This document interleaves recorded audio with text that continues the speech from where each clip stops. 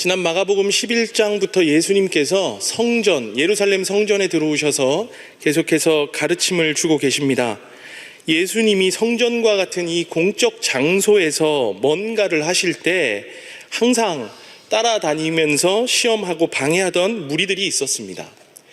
여러분들이 잘 아시는 것처럼 유대 종교 지도자들입니다. 이들은 사회 지도층이자 기득권층으로 어떤 스승에게 배웠고 어느 정도 율법과 전통의 정통한가를 가지고 많은 사람들을 평가하고 이웃 삼는 기준으로 삼았습니다. 그런 그들에게 족보도 없고 또 율법도 자주 어기는 것 같은 이 예수님과 제자들은 늘 못마땅한 존재였습니다.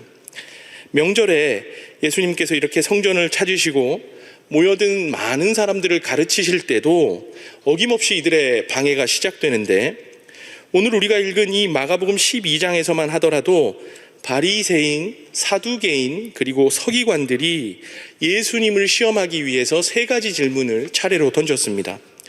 로마 황제 가이사에게 세금을 내는 것이 옳습니까? 수훈법에 따라 한 여자가 7 형제와 결혼을 했는데 부활이 있다면 누구의 아내가 되는 것입니까? 총 613가지의 율법 중에 어떤 것이 가장 첫째되고 큰 계명입니까? 그들 생각으로 모두 이 까다로운 질문인데 주님이 어느 쪽으로 대답하시든 함정을 만들 수 있는 질문이었습니다. 그러나 예수님은 지혜와 지식의 모든 보화가 그 안에 감춰져 있는 분이셨기 때문에 이들의 질문에 주저함 없이 다 답변을 하셨고 대적들을 침묵하게 만드셨습니다. 종교 지도자들의 이 질문으로 시작된 논쟁의 시간이 끝이 나고 오늘 본문에서는 주님의 가르침이 시작됩니다. 가장 사람이 많은 이 명절에 성전에서 공개 과외를 해주신 것인데 35절에 보면 한 가지 질문을 던지시면서 가르침을 시작하세요. 어찌하여 서기관들이 그리스도를 다윗의 자손이라 하느냐? 당시 서기관 하면 구약의 율법을 기록하고 가르치는 역할을 주로 하던 사람들로 쉽게 말해서 성경 교사, 성경 전문가였습니다. 그들은 어려서부터 집중적으로 육성되었는데 빠른 사람은 14살 무렵부터 율법을 통달했다고 하며 40세가 되면 안수를 받고 하캄이라고 불리는 정식 서기관이 되었습니다. 하캄은 히브리어로 지혜롭다라는 뜻인데 이제 율법을 가르칠 수 있는 정식 정교사가 되었음을 의미하죠. 그들이 이렇게 정식 서기관이 되면 종교적 규율도 만들고 여러 가지 민형사상의 이 재판에도 참여하는 등 유대 사회에서 서기관들이 가진 영향력은 실로 막강했습니다. 그런 성경 교사, 성경 전문가인 서기관들이 백성들을 상대로 성경을 가르칠 때 특별히 오실 메시아에 대해 제대로 잘 알고 있지 못했던 것 같습니다. 가르칠 때마다 메시아를 가리켜 덧붙이는 수식어가 있었는데 바로 다윗의 자손이라는 수식어였습니다. 언뜻 생각해보면 예수님을 다윗의 자손이라 표현하는 것에 별 문제가 없어 보입니다. 실제로 예수님이 유다지파 다윗의 가문에서 태어나셨고 마태복음 1장 1절에서도 아브라함과 다윗의 자손 예수 그리스도의 계보라라고 시작하기 때문입니다. 마가복음 10장에서 여리고성을 지나가실 때도 맹인 바디메오가 주님을 다윗의 자손 예수여라고 불렀고 11장에서 나귀를 타고 예루살렘에 들어오실 때에도 많은 이들이 호산나 다윗의 자손 예수여라고 칭송한 바 있습니다. 지금까지는 주님께서 이 다윗의 자손이라는 호칭에 아무런 반응을 하지 않으셨는데 오늘 서기관들의 다윗의 자손이라는 표현에 대해서는 유독 의문을 제기하셔요. 왜 예수님은 여기 서기관들의 다윗의 자손이라는 표현에만 부정적인 입장을 취하셨을까요? 예수님이 유독 이 서기관들의 표현에만 문제 삼으신 이유가 있습니다. 스스로 율법 박사이자 성경 교사를 자처했던 서기관들이 성경에서 가장 중요한 메시아 그리스도에 대해서 잘 몰랐기 때문입니다. 당시 서기관들이 메시아를 가르치면서 수식했던 다윗의 자손이라는 호칭에는 군사적 정치적 의미가 포함되어 있었습니다.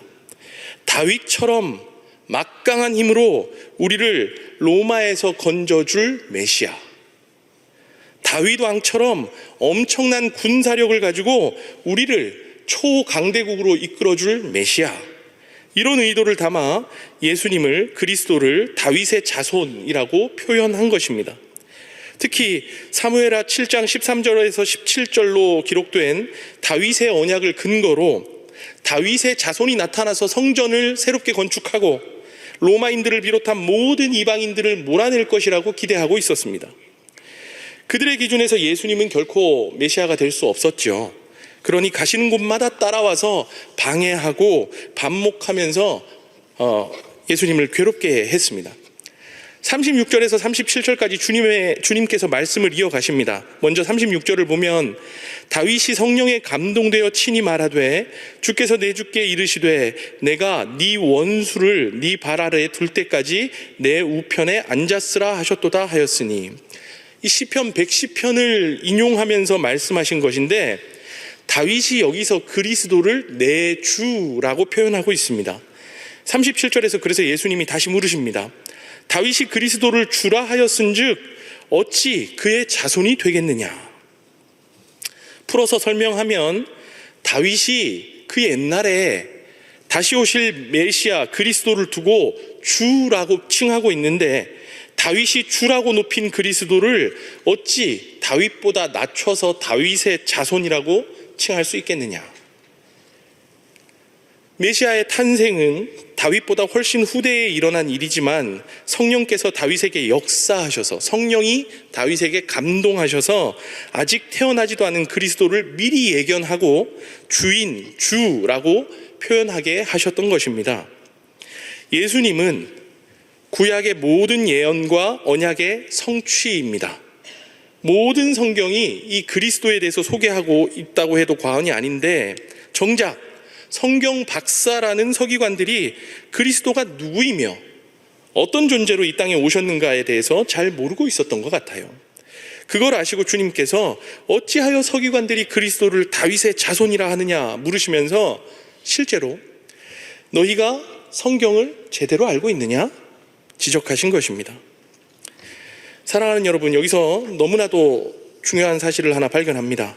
우리가 성경을 바르게 알고 바르게 봐야 한다는 것입니다.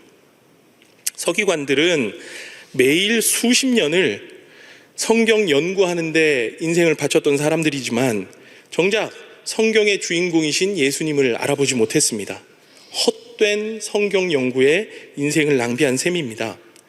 마치 우리 주변의 이단들과 같습니다. 자의적 해석, 교주 개인의 사욕을 위한 성경 해석을 가르치면서 헛된 성경 연구에 인생을 낭비하게 만드는 이 이단들처럼 당시 서기관들도 앞장서서 성경의 진리를 훼손하고 잘못된 가르침으로 일관하고 있었습니다. 서기관들에 대한 예수님의 책망은 여기서 그치지 않습니다. 38절에서 40절을 보겠습니다. 예수께서 가르치실 때에 이르시되 긴 옷을 입고 다니는 것과 시장에서 문안받는 것과 회당의 높은 자리와 잔치의 윗자리를 원하는 서기관들을 삼가라. 그들은 과부의 가산을 삼키며 외식으로 길게 기도하는 자니 그 받는 판결이 더욱 중하리라 하시니라. 주님은 가짜 성경 해석과 거짓 가르침을 일삼으면서도 성경의 권위를 이용하여 당당하고 교만하게 백성들 위해 군림하던 서기관들에 대한 경계를 촉구하시면서 그들의 특별한 경향에 대해서 설명을 해주시는데, 첫 번째 경계 포인트는 복장입니다. 긴 옷을 입고 다니는 서기관을 삼가라. 당시 이 긴 옷은 제사장 그룹과 왕들이 입는 특별한 옷이었습니다. 옷이 그 사람의 신분을 나타내는데 서기관들은 이 긴 옷을 입고 걸어 다니면서 자신들이 남들과는 다른 높은 신분임을 드러내는 것을 좋아했습니다. 그래서 예수님께서는 제자들을 보내실 때 허리에 띠를 띠라고 말씀하셨죠. 두 번째 주님이 말씀하신 포인트는 서기관들의 태도입니다. 시장에서 문안받는 것과 회당의 높은 자리, 잔치의 상석을 원하는 서기관들을 삼가라. 시장과 회당과 잔치는 모두 사람들이 모이는 공공장소입니다. 그들이 사람들 앞에서 특별 대접을 받기를 원했고 이를 즐기고 있었음을 시사합니다. 마지막 세 번째 포인트는 하나님에 대한 위선입니다. 과부의 가산을 삼키며 외식으로 길게 기도하는 서기관들은 경계의 대상을 넘어 심판의 대상이 될 것이다. 고아와 과부는 이스라엘 사회에서 약자의 전형입니다. 출애굽기 22장 22절을 보면 너무도 분명하게 하나님께서 고아와 과부의 궁극적인 보호자이심을 기록하고 있습니다. 그렇기에 고아와 과부를 보호하고 돌보는 일은 단순히 자선 행위를 넘어서서 하나님을 예배하고 경외하는 표징과도 같았습니다. 서기관들이 이 과부의 가산을 착취했다면 율법을 크게 위반한 자들이 되는 것이고, 그러면서도 보이는 곳에서 길게 기도하는 척하는 자들이었다면 그때부터는 사람이 아닌 하나님을 기만하는 사람이 된 것입니다. 주님은 이들을 향해서 그 받는 판결이 더욱 중하리라 라고 말씀하시며 경계의 대상이 아니라 이제 심판의 대상임을 선포하셨습니다. 당시 서기관들이 어떻게 과부의 가산을 삼킬 수 있었을까요? 돈을 꾸고 갚지 않는 사기를 쳤을까요? 죄를 사하고 구원을 내린다는 면죄부를 팔았을까요? 이에 대해 예수님은 성전에 모여있는 사람들은 물론 말씀 안에서 오늘 여기 모인 우리 모두를 데리고 서기관들이 죄 짓는 현장, 과부의 가산을 삼키는 현장을 보여주십니다. 서기관들이 조금 더 변명할 수 없도록 실예를 보여주신 것인데, 예루살렘의 이 서기관들은 제사장들과 함께 성전에서 거두는 헌금으로 생계를 유지했습니다. 그곳이 가난한 자, 과부를 착취하는 현장이 되었고 수단이 되었던 것 같습니다. 그래서 예수님이 41절에서 증언하는 대로 갑자기 성전의 헌금함 맞은편에 앉으셨습니다. 41절을 보시면 예수께서 헌금함을 대하여 앉으사 무리가 어떻게 헌금함에 돈 넣는가를 보실세. 이 랍비들의 구전을 엮은 미시나라는 책에 보면 당시 예루살렘 성전 여인의 뜰에는 총 13개의 헌금함이 있었다고 합니다. 전부 성전 유지용 헌금이었는데 이 중 하나에 예수님이 앉으신 거예요. 특별히 주님께서 헌금함에 대해서 앉으사라고 할 때 이 앉다라는 단어는 사사기 4장 그리고 다니엘서 7장에서도 쓰입니다. 드보라가 종려나무 아래에 앉았고 이스라엘 자손은 재판을 받았다. 옛적부터 계시니가 좌정하셨는데 심판을 베푸셨다. 모두 재판하는 행위를 압축해서 앉다로 단어를 사용하고 있습니다. 지금 예수님 역시 단순히 호기심으로 헌금함 맞은편에 앉아서 헌금하는 행위를 지켜보신 것이 아니라 일종의 판단을 내리시기 위해서 앉아 계셨음을 알 수 있습니다. 여러 부자들이 와서 헌금을 합니다. 걸음걸이, 입은 옷부터 남달라요. 등장부터 사람들을 주목시킵니다. 그들이 돈을 내자 액수가 꽤 되는지 헌금함이 요란한 소리가 들립니다. 그때까지 이 화폐는 지폐가 아니라 동전이었기 때문에 헌금함에 낼 때 소리로 이 사람이 어느 정도 헌금을 하는지 대략 가늠할 수 있었습니다. 부자가 와서 헌금할 때에는 많은 동전이 있었기 때문에 큰 소리가 났겠죠. 당당히 부자는 그 자리를 떠날 수 있었습니다. 문제는 바로 이어서 한 과부가 와서 헌금을 하는데 딱 2렙돈 들어갔습니다. 이 렙돈은 당시 화폐 단위에서 최소 가치의 화폐였습니다. 42절을 보시면 한 가난한 과부는 와서 2렙돈 곧 한 고드란트를 넣는지라. 2렙돈은 한 고드란트였는데 당시 포도원 품꾼의 하루 품삯인 한 데나리온이 64 고드란트였다는 것을 감안하면 2렙돈 즉 한 고드란트는 매우 적은 금액이었습니다. 그럼에도 이 돈은 과부의 전 재산이었다고 성경이 우리에게 설명해 줍니다. 부자들의 헌금과 과부의 헌금을 지켜보신 예수님께서 제자들을 부르시고 평가하시면서 주님의 뜻을 전하십니다. 43절에서 44절입니다. 예수께서 제자들을 불러다가 이르시되 내가 진실로 너희에게 이르노니 이 가난한 과부는 헌금함에 넣는 모든 사람보다 많이 넣었도다. 그들은 다 그 풍족한 중에 넣었거니와 이 과부는 그 가난한 중에서 자기의 모든 소유 곧 생활비 전부를 넣었느니라 하시니라. 사랑하는 여러분, 가장 적은 금액을 드렸지만 가장 많은 헌신과 사랑을 하나님께 드린 것으로 예수님이 봐주셨어요. 당장 보이는 돈의 양과 당장 들리는 소리로 평가하지 않으시고 헌신자의 중심으로 계산해 주시고 헤아려 주신 이 예수님의 모습이 오늘 우리에게도 참 커다란 위로로 다가옵니다. 그분의 판단 기준은 외형이 아닌 중심에 있고 세상 기준과 계산법에서 결코 나올 수 없는 주님만의 채점 기준으로 나오기에 비록 가진 것이 많지 않고 궁핍한 가운데 고군분투하면서 이 하루를 살아야 하는 우리도 위로받고 격려받고 인정받는 삶이 될 수 있다는 사실이 참 위로로 다가옵니다. 주변에 누구도 인정해주지 않고 알아주지 않는다 해도 그분께 인정받고 칭찬받는 인생이야말로 반드시 가품이 있는 인생이 될 거니까요. 사랑하는 여러분, 그럼에도 오늘 이 본문은 가난한 과부처럼 우리도 전 재산을 드리고 헌금합시다라고 독려하는 본문은 결코 아닙니다. 분명 자신의 전부를 내어드린 과부의 중심을 예수님이 칭찬하셨지만 이 본문은 오히려 가난한 과부가 전 재산을 드릴 수밖에 없게 만든 서기관으로 대두되는 종교 지도자들의 위선과 교만을 지적하신 본문임을 부정할 수 없습니다. 그렇다면 여기서 우리도 참 가슴 아프게 돌아봐야 합니다. 혹 오늘 우리가 서기관과 같은 신앙과 교회 생활을 했던 것은 아닌지요? 돈 있는 사람, 유력한 사람의 편에 서서 모든 것을 물량과 크기로 판단하고 그것으로 주인 행세하려 한 이 서기관의 모습으로 우리 역시 서 있지는 않았는지요? 과부의 중심을 알아봐 주셨던 주님께서 서기관의 외식하는 중심도 정확하게 꿰뚫고 계셨음을 잊어서는 안 됩니다. 성경 박사인 서기관들도 성경의 주인공이신 예수님을 속이지는 못했습니다. 오늘 가르침은 13장에서 성전을 떠나시기 전까지 예수님이 해주셨던 마지막 성전 가르침, 마지막 공개 과외였습니다. 우리는 먼저 성경을 바르게 알아야 함을 배웠습니다. 매일 묵상하고 통독하는 것은 우리의 인생을 바꾸고 결정하는 가장 가치 있는 시간이 될 것입니다. 서기관들처럼 마음대로 자기 입맛대로 성경을 나 중심적으로 보는 것이 아니라 그리스도 중심적 성경 묵상과 해석을 하면서 우리의 삶을 말씀이 실제하는 현장으로 만들어야 합니다. 말씀이 실제가 되는 삶의 가장 중요한 포인트는 하나님이 주어가 되고 우리는 동사가 되는 것입니다.